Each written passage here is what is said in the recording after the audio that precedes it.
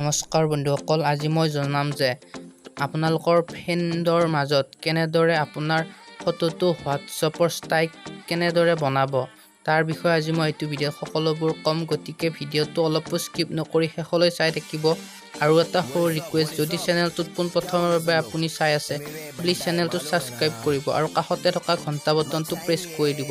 যেতিয়াই মই নতুন ভিডিঅ'বোৰ আপোনালোকৰ মাজলৈ দিওঁ তেতিয়া আপোনালোকে প্ৰথম পাব।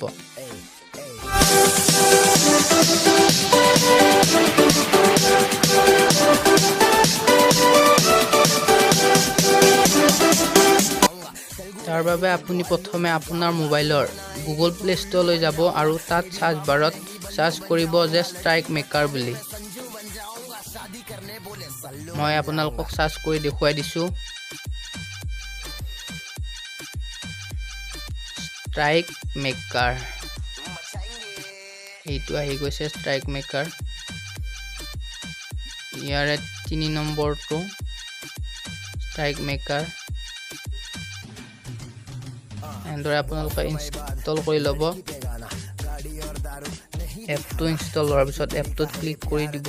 ইয়াৰ পিছত ক্ৰিয়েট এ নিউ ক্লিক কৰি দিব। তাৰপিছত ইয়াত আপোনাৰ নামটো বহুৱাই দিব আৰু ইয়াত আপোনাৰ লাষ্টৰ নেমটো বহুৱাই দিব। এনেদৰে আপুনি ইয়াত যিকোনো 3খন ফটো ল'ব লাগিব। মই দেখুৱাই দিছোঁ আপোনালোকক।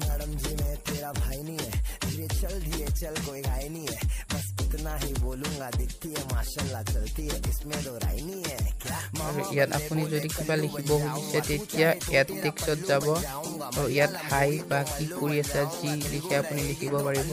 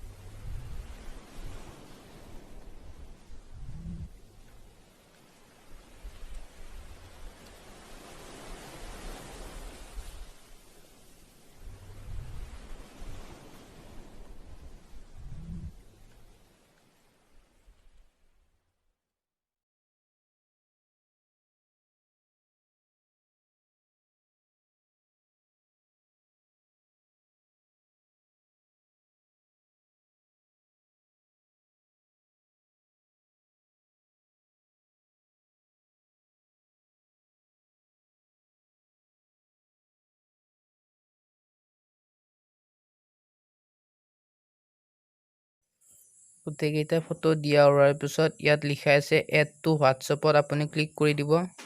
তাৰপিছত আপোনাৰ হোৱাটছআপলৈ যাব।